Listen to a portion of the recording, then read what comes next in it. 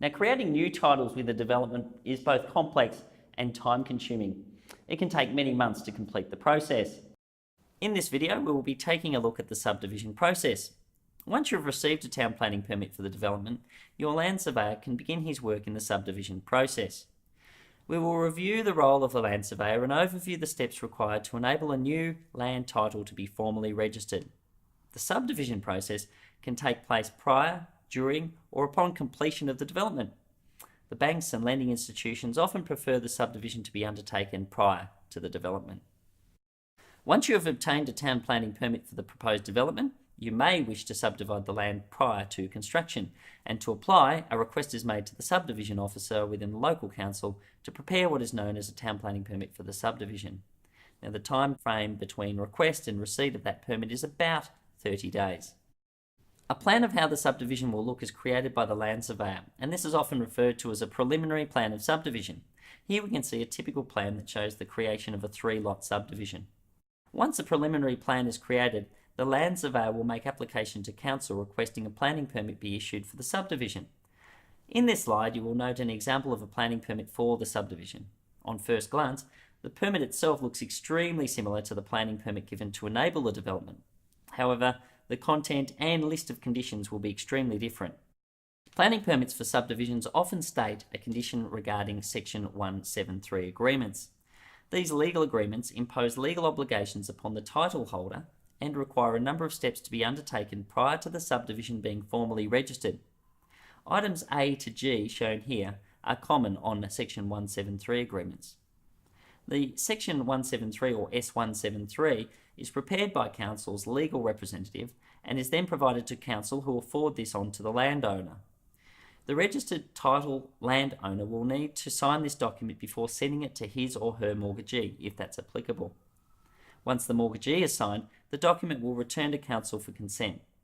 A fully executed Section 173 agreement will then be forwarded to the titles office and a dealing number recorded against the title.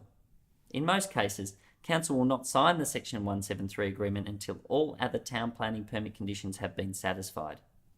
On this slide, you'll see an example of a typical Section 173 agreement. The following slide shows you the page at which all parties must give consent and approval to that subdivision.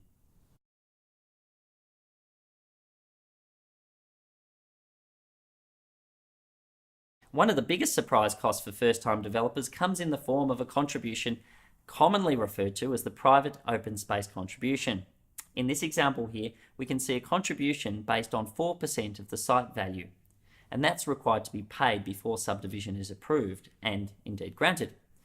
For example, if the council were to value this particular site at $1 million, the contribution that goes to council will be $40,000.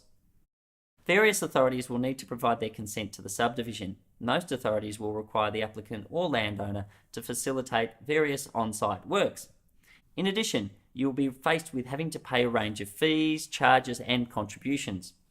Energy companies may require underground connection pits and group meters to be installed before providing consent. Water authorities may require that each new lot is adequately connected for sewer services before giving consent to the subdivision. Each of these requirements adds a significant cost.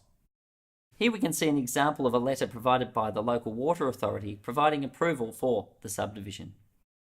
Once council has given compliance for the subdivision, the mortgagee, if applicable, is required to formally authorise the subdivision before the land surveyor or solicitor, conveyancer, submits the plan of subdivision to the land titles office to be registered. The time taken to complete the subdivision process prior to construction generally takes between 2 to 4 months. Be prepared for delays. It is very common for these to occur, particularly from the mortgagee and council delegates. Here we can see a summary report advising us that the executed Section 173 agreement has been formally processed by the Land Titles Office, who have issued a dealing number. Council will require the dealing number in order to complete the approval process. Certification of the plan of subdivision is now undertaken online in most cases. Council and the land surveyor electronically sign the plan, which can be formally registered at the Land Titles Office. The final step in the registration process can be done either by a solicitor, conveyancer, or personally. A fee is paid and the Land Titles Office will allocate volume and folio numbers to the new lots. An example of the new title is shown on the following page.